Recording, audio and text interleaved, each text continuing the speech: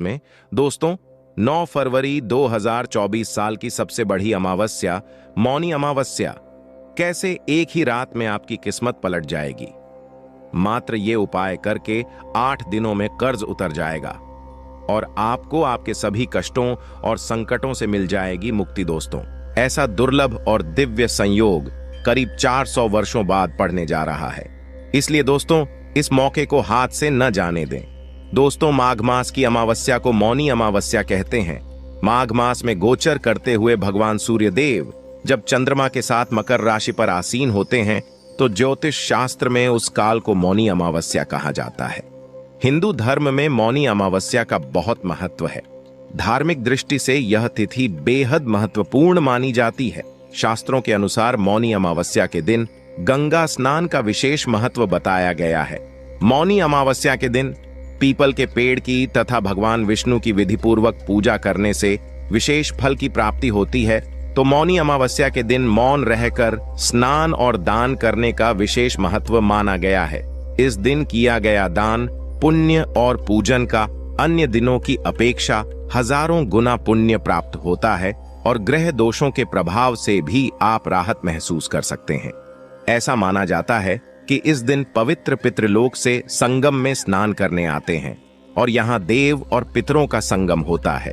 शास्त्रों के अनुसार मौनी अमावस्या के दिन पितरों को प्रसन्न करके पितृदोष से मुक्ति पाई जा सकती है। ज्योतिष शास्त्र में इस दिन करने के लिए कई आसान उपाय बताए गए हैं। ऐसा माना जाता है कि इन उपायों को करके पितृ प्रसन्न होते हैं और सुख समृद्धि और दीर्घायु का आशीर्वाद देते हैं। दोस्तों, अगर आप भी अपने जीवन में भगवान श्री हरि विष्णु की कृपा पाना चाहते हैं तो इस वीडियो को लाइक करें, कमेंट में जय श्री हरि जय मां लक्ष्मी लिखना ना भूलें। दोस्तों, माघ माह की अमावस्या तिथि 9 फरवरी सुबह 8:02 पर हो रही है। वहीं इसका समापन 10 फरवरी प्रातः 4:28 पर होगा। ऐसे में मौनी अमावस्या 9 फरवरी शुक्रवार के दिन मनाई जाएगी। मौनी अमावस्या पर गंगा ब्रह्म मुहूर्त से ही शुरू हो जाता है और पूरे दिन चलता है। दोस्तों, इस दिन स्नान का शुभ मुहूर्त प्रातः 5:21 से शुरू होगी। दोस्तों, माघ मास में भगवान सूर्य देव के पूजन का विशेष महत्व बताया गया है। मान्यता है कि माघ मास में पवित्र नदियों, कुंड और पवित्र सरोवर में स्नान करने से सकारात्मक ऊर्जा की प्राप्ति होती। कहते हैं कि यह ऊर्जा व्यक्ति को कई प्रकार के रोगों से भी बचाती है। ऐसा भी माना जाता है कि इस तरह माघ मास में अनुशासित जीवन शैली को अपनाने से व्यक्ति को कई प्रकार की समस्याओं से मुक्ति मिलती है। तो मौनी अमावस्या के दिन मौन रहकर व्रत रखें। पहले व्रत का संकल्प लें। भगवान विष्णु की मूर्ति या तस्वीर का पीले फूल, केसर, चंदन, घी का दीपक और नैवेद्य के साथ पूजन करें। वीडियो को पूरा जरूर देखें और अगर आपको आज की वीडियो अच्छी लगे तो इसे लाइक जरूर कीजिए, क्योंकि आपके लाइक्स और आपके कमेंट मेरे लिए बहुत महत्वपूर्ण होते हैं। यह एकमात्र जरिया है जिससे मुझे पता चलता है कि आपको यह वीडियो अच्छी लगती है और आपके लिए यह वीडियो उपयोगी है। तो अगर वीडियो अच्छी लगती है तो लाइक जरूर करें। इसके साथ ही कमेंट बॉक्स में भगवान श्री राम के का जयकारा भी जरूर लगाएं। इससे आपको सकारात्मक ऊर्जा की प्राप्ति होती है। और अगर आपका कोई भी सुझाव हो, कोई भी प्रश्न, कोई विशेष वीडियो देखना चाहते हैं तो उसके लिए भी कमेंट बॉक्स में जरूर लिखें। और चैनल पर पहली बार आए हैं, अगर अभी तक आपने चैनल को सब्सक्राइब नहीं किया है तो आज की वीडियो अगर आपको अच्छी लगे तो चैनल जरूर कर लीजिए और बेल आइकन को भी प्रेस कर लीजिए। इससे यह होगा कि इस चैनल पर जो नई वीडियो अपलोड होंगी वह आपको सही समय पर प्राप्त होगी। तो सबसे पहले बात करते हैं किशन झा। दीपक प्रज्वलित करने से पहले मतलब शाम को पूजा करने से पहले क्या स्नान करना आवश्यक है? देखिए, शास्त्र के अनुसार पूजा में शुद्धता आवश्यक होती है। तो जब हम सुबह पूजा करते हैं तब तो स्नान करना अत्यंत आवश्यक होता है। सुबह बिना स्नान की जा नहीं करना चाहिए, लेकिन शाम की पूजा आप हाथ मुंह धोकर भी कर सकते हैं। जरूरी ही है आप स्नान करें। अब देखिए, आप चाहे तो वस्त्र भी बदल सकते हैं या फिर आप सिर्फ हाथ मुंह धोकर कुल्ला करके भी पूजा कर सकते हैं। अब देखिए, जैसे कि आपको शाम के समय पूजा करनी है तो दिन में भी आप शुद्धता का ध्यान रखें। जैसे कि आप जब भी टॉयलेट जाते हैं, बाथरूम जाते हैं, तब उस समय शुद्धिकरण जरूर कीजिए। कुल्ला जरूर करना चाहिए।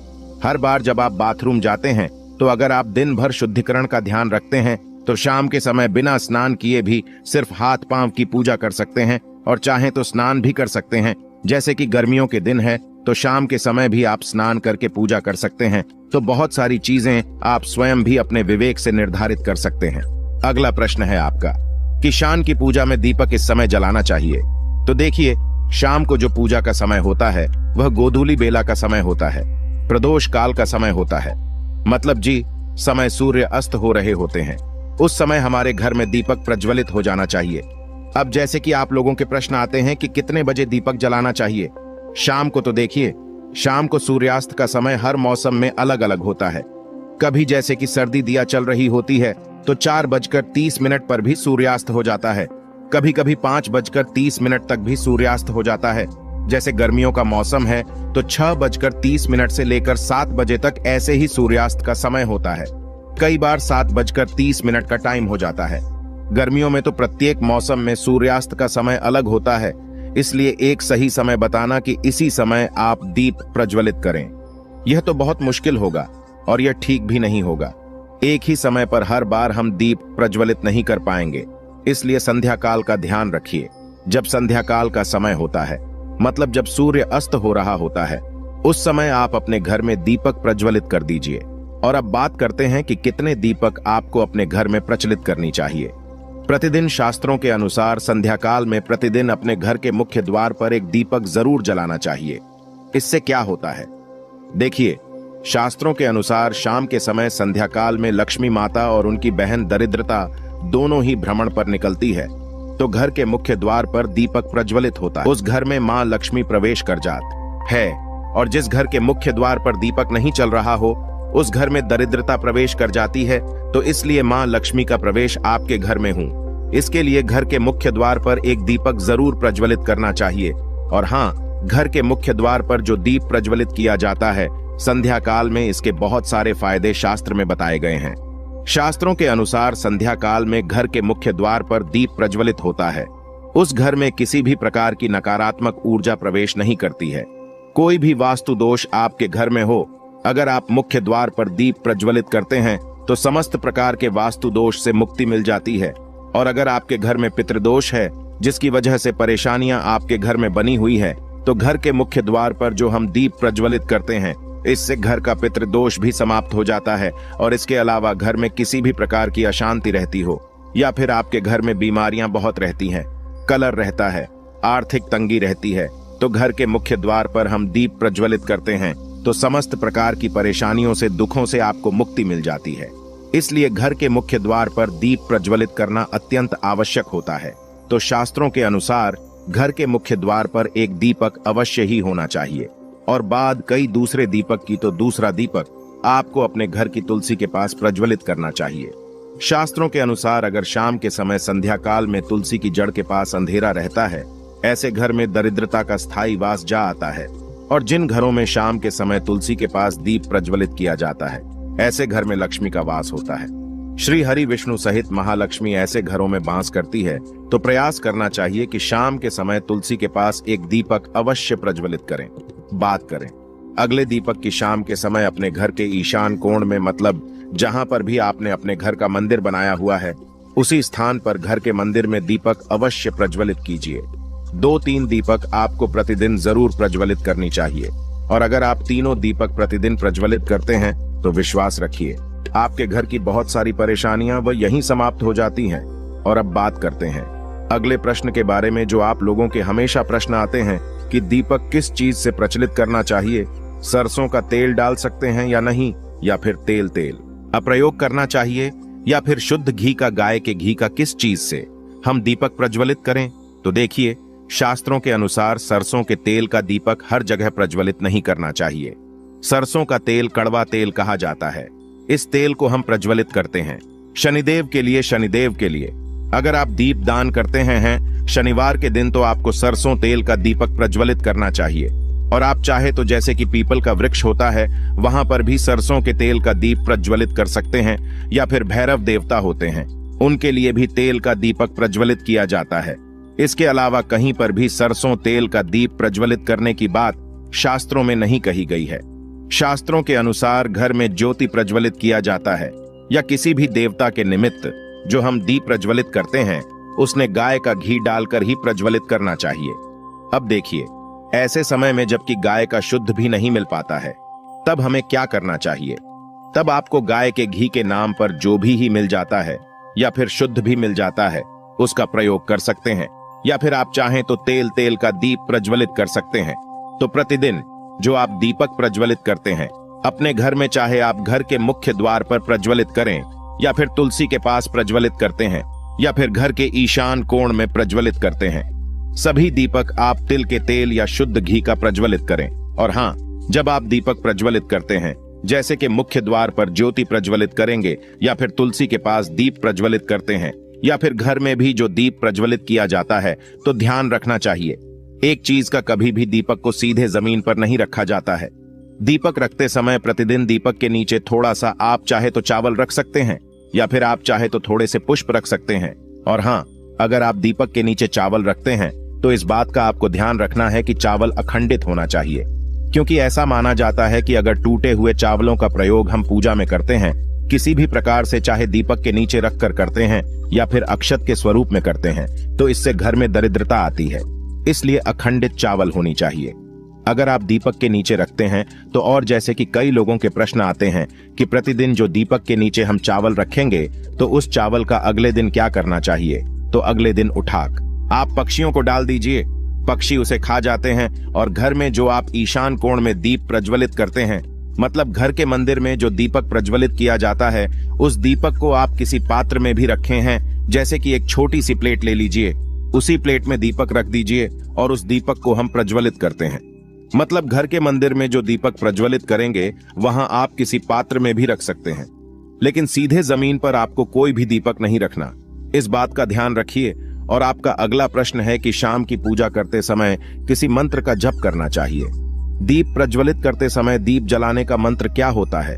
तो देखिए, दीप जलाने का मंत्र मैं आपको बता देता हूं।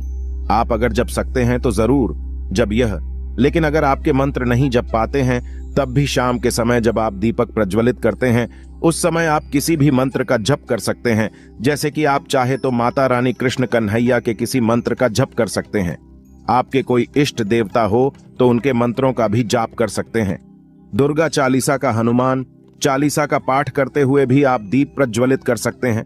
मगर देखिए, जरूरी नहीं है कि आप दीपक जलाने वाला मंत्र ही पढ़ेंगे, किसी भी मंत्र को पढ़कर आप दीप प्रज्वलित कर सकते हैं, संध्या वंदन कर सकते हैं, क्योंकि शास्त्रों में कहा गया है कि मौन रहकर कभी भी पूजा नहीं करनी चाहिए। जो भी शुभ कर्म होते हैं वह मंत्र उच्चारण के साथ ही संपूर्ण किए जाते हैं, इसलिए मंत्रोच्चारण आवश्यक है। कोई भी मंत्र जपते हुए आप पूजा कर सकते हैं, संध्या वंदन कर सकते हैं। ली दीपक जलाने का जो शास्त्रों के अनुसार मंत्र है वह मैं आपको स्क्रीन पर भी दे दूंगा और पढ़कर बता देता हूं। मंत्र है शुभंकर होती कल्याण, हम आरोग्य धन संपदा, शत्रु बुद्धि विनाशाय गीत गाया, नमोस्तुते दीपों ज्योति पर, ब्रह्म दीप ज्योति जनार्दन दीपों, भारत में पापा संध्या दीपा नमोस्तुते का जब दीपक प्रज्वलित करते समय करने से कहा जाता है कि सभी प्रकार के पापों से मुक्ति मिल जाती है और दीप देवता जो होते हैं वह हमारे जीवन में प्रकाश करते हैं। तो बहुत आसान है, यह मंत्र अगर आप लोग नियमित पढ़ेंगे तो निश्चित ही आपको याद हो जाएगा और दीपक प्रज्वलित करते समय आप बिना देखे भी पढ़ पाएंगे। और अभी आप चाहें तो इसे किसी कागज पर लिख कर रख सकते हैं और घर के मंदिर में ही रख दीजिए जहां पर आपको दीपक प्रज्वलित करना है। तो जब आप दीप जलाएंगे तब आप इस मंत्र को देखकर पढ़ सकते हैं और कुछ दिनों में तो याद हो ही जाता है। तो यह है आज की वीडियो। चमकते सितारे की तरह अपना भाग्य चमचमाते हुई देखने के लिए घर में दीपक का यह प्रयोग जरूर करें। घर में जलता हुआ दीपक है तो जीवन है, क्योंकि दीपक ही हमारा जीवन बचाता है। जहां होता है जलता हुआ दीपक वहां धन भी खींचा चला आता है। आज हम दीपक से जुड़ी कई महत्वपूर्ण जानकारी आपको देने वाले हैं, वीडियो के अंत तक बने रहना। आज हम दीपक से जुड़ी हुई कुछ रहस्यमयी बातों के बारे में जानेंगे। उस दीपक के बारे में जिसे हम पूजा करते समय या पूजा घर के मंदिर में या घर के बाहर के मंदिर में जलाते हैं। आप अपने घर के मंदिर में या फिर बाहर के मंदिर में पूजा तो जरूर करते होंगे और पूजा करते समय दीपक जलाने का नियम भी आपको पता होगा। आपको पता होगा कि जिस दीपक को आप जिस भगवान का नाम लेकर जलाते हैं, कहीं वो दीपक कुछ गलत संकेत तो नहीं दे रहा है। आपके दीपक की बाती पूरी जल जाती है या फिर दीपक में घी और अधजली बाती बच जाती है, और कहीं आपके दीपक की बाती पर फूल तो नहीं बनता, और तो और दीपक की बाती पर फूल बन जाने का क्या मतलब होता है। तो क्या आप जानते हैं कि दीपक की बाती का पूरा जल जाना और बच जाना क्या संकेत देता है? कहीं आपके जीवन की सभी परेशानियों की वजह आपकी जराई हुई दीपक से तो नहीं जुड़ी हुई है? कहीं आप पहले से जले हुए दीपक में तो बाती नहीं जलाते हैं? और क्या आपके पूजा का दीपक पुराना है या नया? आखिर कितने सालों से उस दीपक का इस्तेमाल कर रहे हैं? कहीं आपकी तो आदत नहीं है। थोड़े दिनों के बाद दीपक को बदल देने की तो दोस्तों आपको जानकर हैरानी होगी कि आप अपने पूजा घर के मंदिर में दीपक जलाते समय अगर यह गलती करते हैं तो आपको इसका परिणाम भुगतना ही होगा। और दीपक की बाती का पूरा जल जाना और बाकी का बच जाना भी अलग अलग संकेत देता है, जो हमारे लिए जानना बहुत जरूरी है। तो इन्हीं सब बातों को जानने के लिए इस वीडियो में अंत तक हमारे साथ बने रहिएगा। दोस्तों, जब हम पूजा करते हैं तो हमारा दीपक कभी कभी अचानक से बुझ जाता है, और कभी कभी ऐसा होता है कि हमारी पूजा होने के बाद हम उस दीपक को भगवान के सामने जलता छोड़ देते हैं। लेकिन कुछ समय के बाद में दीपक खुद ब खुद बुझ जाता है और उसमें अधजली बाती और घी बचा रह जाता है, और कभी कभी तो हमारे दीपक की बाती पूरी जल जाती है और उसमें फूल भी बन जाता है। तो इनके अलग अलग नकारात्मक और सकारात्मक परिणाम होते हैं। तो सबसे पहले यह जानते हैं कि अगर हमारे दीपक में फूल बन रहा है तो इसका क्या मतलब होगा। प्रिय मित्रों, अगर हमारे दीपक की बाती में फूल बन रहा है तो इसका सीधा सा मतलब है कि भगवान ने हमारी प्रार्थना को स्वीकार कर लिया है और वह हमारी पूजा से प्रसन्न है, और इसका संकेत वह बाती में बने इस फूल के माध्यम से देते हैं। अगर आपके घर में दिव्य शक्तियां मौजूद है और आपके साथ साथ वो भी ईश्वर की पूजा में अपना ध्यान रखती है, तो आपकी दीपक की बाती में एक से ज्यादा फूल बनते हैं, और कभी कभी साक्षात किसी भी देवी देवता का रूप भी दिखने लगता है। तो अगर आपके दीपक की बाती में फूल बन रहा है तो आप सच में बहुत भाग्यशाली हैं। और इसी के साथ दीपक जलाने के भी कुछ खास नियम आपको जरूर जानने चाहिए। दोस्तों, अगर आप पहले से जले हुए दीपक में अपनी बाती रखकर जलाते हैं तो ऐसा करने से दुर्भाग्य आपका पीछा कभी नहीं छोड़ता है। अगर दीपक में पहले से जली हुई बाती की राख या फिर रुई और कलौंज है और आपने अपनी बाती इसमें रखकर जला दी, तो ऐसा करने से भगवान आपसे प्रसन्न होने की बजाय आपसे नाराज हो जाते हैं, और आपको इसके बहुत ही भयानक परिणाम देखने को मिलते हैं, और आपके बनते हुए काम बिगड़ने लगते हैं। आपकी तिजोरी का धन खर्च होने लगता है और आपके धन आने के सारे रास्ते भी बंद हो जाते हैं। तो हमेशा यह ध्यान रखें कि जब भी आप दीपक जलाएं, आप हमेशा साफ सुथरे दीपक का ही इस्तेमाल करें। दोस्तों, इसी के साथ कुछ लोगों की आदत होती है कि वह हर थोड़े दिन बाद अपने दीपक को बदल देते हैं। तो इस पर गुरुजी का कहना है कि आप जिस दीपक से पूजा करते हैं, आप उस दीपक को कभी मत बदलिए। आप उस दीपक को सिद्ध हो जाने दीजिए। जब कोई दीपक रोजाना भगवान के सामने जलता है तो वह दीपक समय के साथ सिद्ध हो जाता है। भगवान की सकारात्मक ऊर्जा उस दीपक में आ जाती है, और जब भी आप वो दीपक जलाते हैं तो आपका तन और मन दोनों पवित्र हो जाते हैं। तो आप हर रोज उस दीपक को साफ कीजिए, फिर उसमें बाती रखकर जलाएं। आप जितनी बार भी दीपक जलाएं, उतनी बार उस दीपक को साफ करके बार बार उसी दीपक में बाती जलाएं। लेकिन अगर आप गलती से भी उस दीपक को बदलते हैं तो आपकी तरक्की में रुकावट आ सकती है। इसलिए आप अपने दीपक को कभी भी मत बदलना। 10 साल 20 साल तक आप उसी दीपक में लगातार बाती जलाएं। इससे आपका दीपक सिद्ध हो जाएगा, और आप इसका चमत्कार अपने घर में भी देख सकते हैं। अगर आपके घर में कोई भी रोगी हो, बीमार हो या किसी का बुखार नहीं जा रहा हो, तो आप इस दीपक को थोड़ी देर के लिए किसी बर्तन में डालिए, और अब उस रोगी को ये पानी पिला दीजिए। 10 से 15 मिनट के भीतर उसका बुखार उतार जाएगा। वहीं अगर आपके घर में किसी को नजर लगी हो या फिर आपके व्यापार में किसी की नजर लगी हो, आपका धंधा अच्छे से नहीं चल रहा हो, तो भी आप इस दीपक को तांबे के बर्तन के भीतर पानी में भरकर उसमें डाल दीजिए और रात भर के लिए छोड़ दीजिए। अगल दिन सुबह पानी का छिड़काव अपने घर में और अपनी दुकान पर करिए। ऐसा करने से आपको साफ साफ परिणाम दिखाई देंगे, क्योंकि जब हम लगातार एक ही वस्तु का प्रयोग अपनी पूजा में करते हैं तो वह वस्तु शुद्ध हो जाती है। भगवान की जो ऊर्जा होती है वह उस वस्तु में समा जाती है। तो कभी भी अपने मंदिर के दीपक को बदलने की गलती ना करें। दोस्तों, अगर आपके मंदिर का दीपक टूट जाता है या फिर खराब हो जाता है या खंडित हो जाता है, आप तभी उस दीपक को बदल सकते हैं। लेकिन फिर भी आप उस दीपक को ना फेंकें, बल्कि इसे अपने घर में संभाल कर रखें, क्योंकि यह भगवान की सकारात्मक ऊर्जा का भंडार होता है। वहीं अब आपको यह भी बता देते हैं कि अगर आपके दीपक की बाती पूरी नहीं जलती हैं, आपके दीपक में ही बच जाती है, तो इसका क्या परिणाम होता है। तो सबसे पहले यह देखिए कि अगर आप किसी भी पेड़ पौधे की पूजा कर रहे हैं और पूजा में जलाया हुआ दीपक पूरा नहीं जलता या फिर उसमें ही बच जाता है, तो इससे आपके घर में बीमारियां घर बना लेती हैं और ये बीमारी कभी भी आपका पीछा नहीं छोड़ेगी। तो जब भी आप किसी भी पेड़ पौधे की या मंदिर के बाहर किसी भी जगह की पूजा करें तो यह ध्यान रखें कि उसकी बाती पूरी जले और उस बर्तन में भी ना बचे, क्योंकि यह आपकी अच्छी सेहत के लिए बहुत ही ज्यादा अच्छा प्रभाव देगा। वहीं अगर आपके घर के मंदिर में दीपक की बाती पूरी नहीं जलती है, पूजा करते समय दीपक बार बार बुझ जाता है, तो जरूर आपके घर में नकारात्मक ऊर्जा का वास है और यह आपकी पूजा में विघ्न डालने का काम करती है। दोस्तों, हमारे घर में अगर कोई बुरी शक्ति होती है या फिर कोई ऐसी ऊर्जा होती है जो यह नहीं चाहती कि आपके घर में भगवान की कृपा हो और आपके घर में सकारात्मक ऊर्जा हो, तो यह आपकी पूजा सफल नहीं होने देती। क्योंकि दोस्तों, एक वातावरण में एक ही तरह की ऊर्जा रह सकती है, या तो सकारात्मक या नकारात्मक, और जो बुरी शक्तियां होती हैं वो ये कभी भी नहीं चाहती कि आपके घर में देवी शक्तियों का वास हो, क्योंकि अगर आपके घर में भगवान ने अपनी कृपा की तो उन बुरी शक्तियों और ऊर्जाओं को आपके घर से जाना पड़ेगा। तो यह बुरी शक्तियां हमेशा इसी कोशिश में रहेगी कि आपकी पूजा में रुकावटें आएं और इन्हीं के प्रभाव से हमारा दीपक बार बार बुझ जाता है या फिर हमारे दीपक की बाती ही पूरी नहीं जलती। तो इस सब से बचने के लिए आपको क्या करना है कि सच्चे मन से भगवान का स्मरण करना है, और जब भी आप दीपक जलाएं तो भगवान से सबसे पहले यह प्रार्थना करें कि के आसपास जितनी भी नकारात्मक ऊर्जा हो वह आपसे दूर रहे, भगवान की कृपा आप पर बनी रहे। साथ ही ऐसी शक्तियों से बचने के लिए जब भी आप दीपक जलाएं तो गंगा जल से एक गोल घेरा बना लेने और इस गोल घेरे में दीपक को रखें, क्योंकि दोस्तों गंगा जल बहुत ही पवित्र माना गया है और महादेव का वरदान भी गंगा जल को मिला हुआ है। तो गंगा जल में सबसे पहले तो कोई भी बुरी शक्ति प्रवेश नहीं कर सकती, इसलिए कभी भी गंगा जल खराब नहीं होता और गंगा जल हर तरह की ऊर्जा को सकारात्मक ऊर्जा में बदल देता है। और अगर आप गंगा जल से बने हुए गोल घेरे में दीपक को रखेंगे तो यह आपकी पूजा में किसी भी शक्ति को बाधा नहीं बनने देगा और कोई भी नकारात्मक शक्ति आपकी दीपक को बुझा नहीं पाएगी और आप निर्वाह अपनी पूजा संपन्न कर पाएंगे और देवी शक्तियां भी आपके जीवन में अपनी कृपा और आशीर्वाद बनाए रखेगी। दोस्तों, मौनी अमावस्या पर यह उपाय करके मात्र 8 दिनों में कर्ज से मुक्ति पाएं। अगर भगवान की कृपा से कर्ज न उतर जाए तो हमें बताना, लेकिन शर्त यह है कि मौनी अमावस्या पर दिन के किसी भी समय करने होंगे।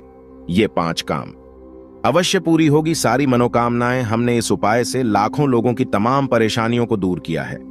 देखिए, यदि परेशान हो तो दुख भी कुछ ही समय में दूर हो जाता है।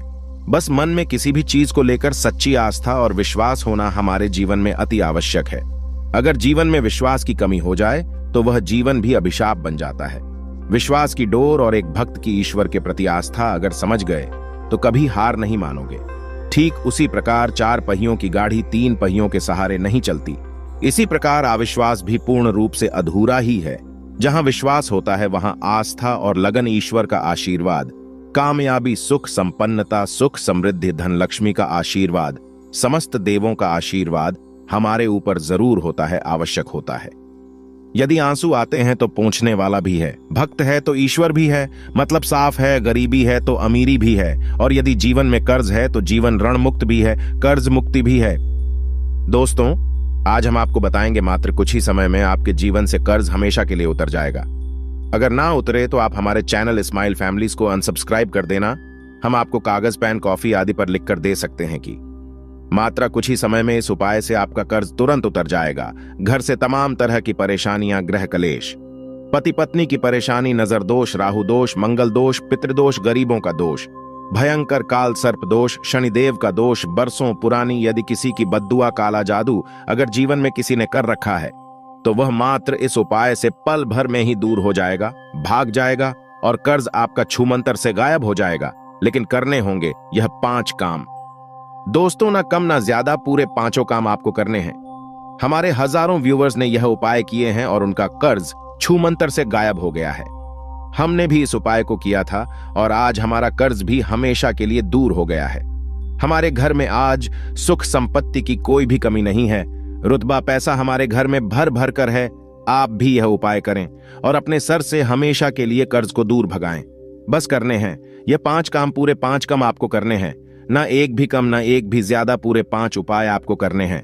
1000% आपका कर्ज उतरेगा, बल्कि करोड़ों प्रतिशत आपका कर्ज उतरेगा, तुरंत उतरेगा। आपके शरीर में कर्ज के कारण जो भारीपन था वह भी शांत हो जाएगा।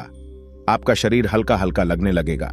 घर में मानो ऐसा लगेगा जैसे माता लक्ष्मी का आगमन हो रहा है।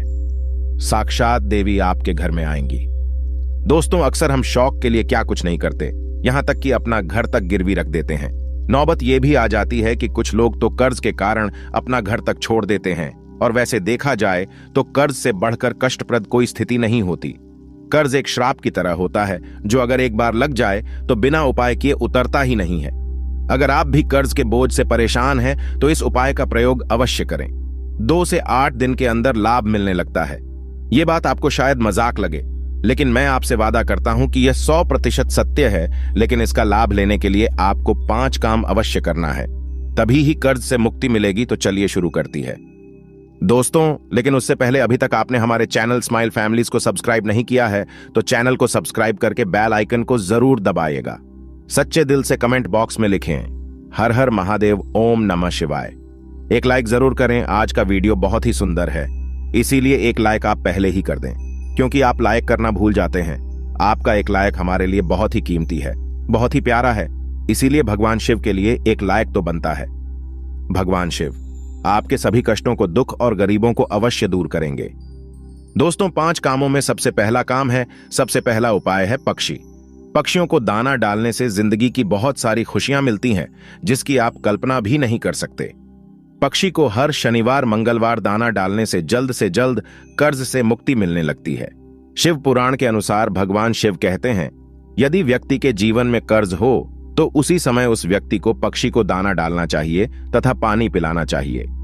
भगवान शिव कहते हैं, माटी के प्याले में जिस पक्षी को पानी पिलाया जाता है तो उस व्यक्ति की 7 पीढ़ियां कभी कर्ज नहीं भोगती। माता पार्वती भगवान शिव से कहती हैं, हे महादेव, यदि पिछले जन्म का कर्ज वह अगले जन्म में चुकाना चाहे तो उस मनुष्य को क्या करना चाहिए। दोस्तों, तब भगवान शिव माता पार्वती से कहते हैं, हे देवी, इसका सीधा सीधा प्रश्न मैं आपको देता हूं। अगर मनुष्य ऋण मुक्त होना चाहता है, कर्ज से मुक्त होना चाहता है, अगर वह अपने पापों से मुक्ति पाना चाहता है, तो उसे पक्षियों की निस्वार्थ भाव से सेवा करनी चाहिए, दाना पानी उन्हें देते रहना चाहिए। तभी ही मैं प्रसन्न रहता हूं और व्यक्ति को ऋण मुक्त करता हूं। अगले जन्म तक पीढ़ी दर पीढ़ी उसकी कभी कर्ज की भागी नहीं होती। अगर आप भगवान शिव के कहने से एक बार उनकी राह पर चल दिए, तब आपके जीवन में कभी कर्ज की कोई भी जरूरत नहीं होगी। आपको कर्ज लेने की आवश्यकता नहीं पड़ेगी, बल्कि तेजी से आपके घर में सुख शांति आएगी, धन बढ़ेगा, वैभव की प्राप्ति होगी। और यह उपाय करने के बाद इसका असर आपको 2 से 3 दिन में दिखने लगता है। यह कर्म तो जरूर करें, क्योंकि साक्षात भगवान शिव ने मनुष्य को कर्ज से बचाने के लिए बोला था।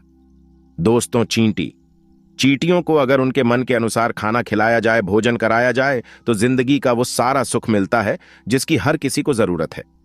इसलिए ये उपाय भी करते रहे। ऐसा करने से जल्द कर्ज से मुक्ति मिल जाती है। चींटियां धरती पर मनुष्य का कर्ज कम करने के लिए ही धरती पर वास करती हैं। अगर मनुष्य इस बात को समझ जाए कि चींटियां हमारे कर्ज के बोझ को सहती हैं, कम करती हैं, कर्ज को घटाती हैं, तब उसी क्षण हमारे भारत में कोई भी कर्ज का भागी नहीं बनेगा। कर्ज के बोझ के कारण उसे अपना घर गिरवी नहीं रखना पड़ेगा। किसी भी शादीशुदा स्त्री को अपने गहने गिरवी नहीं डालने पड़ेंगे। भूमि आदि को परेशानियों के चलते बेचना नहीं पड़ेगा। दोस्तों, चींटियों का तो काम ही होता है मनुष्य के जीवन से ऋण को हमेशा के लिए दूर करना। कर्ज को चींटियां कैसे कम करती हैं, वो हम आपको उपाय बताने वाले हैं, तो वीडियो के अंत तक बने रहना। चींटियों को यह एक चीज अवश्य खिला देना, उसी दिन से आपका कर्ज धीरे धीरे उतरने लगेगा। क्या चीज खिलानी है हम वीडियो में बता रहे हैं, बस आप कंटिन्यू बने रहना और वीडियो को लाइक जरूर करें। स्माइल फैमिली चैनल कभी आपके साथ धोखाधड़ी नहीं करता, हम सटीक जानकारी आपको देते हैं। दोस्तों देखिए, चींटियों को आप ऐसा क्या खिलाएं जिससे उसी क्षण हम ऋण मुक्त हो जाएं, कर्ज हमारा छूमंतर से उतर जाए। क्योंकि हमने शुरू में ही बताया था, शास्त्रों में लिखा है कि चींटियां मनुष्य का कर्ज कम करती हैं, कर्ज को घटा देती है, समाप्त कर देती हैं। बस चींटियों को खिला देना, यह एक चीज। शास्त्रों के अनुसार माना जाता है कि जब यमराज के दूत मृतक के शरीर से उसकी आत्मा यमराज जी के पास लेकर के जब पहुंचते हैं, तब उसे कुछ याद नहीं रहता, तब उसके कर्म ही चींटी उसके कान तक पहुंचकर याद दिलाती है। और तब वह यमराज जी के सामने बोल पाता है। चींटियों को गुरुवार, शनिवार, मंगलवार और बुधवार के दिन यदि बेसन के लड्डू सुनते रहिए, यदि बेसन के लड्डू खिलाए जाएं तो चींटियां प्रसन्न हो जाती हैं और मनुष्य को आशीर्वाद देती हैं।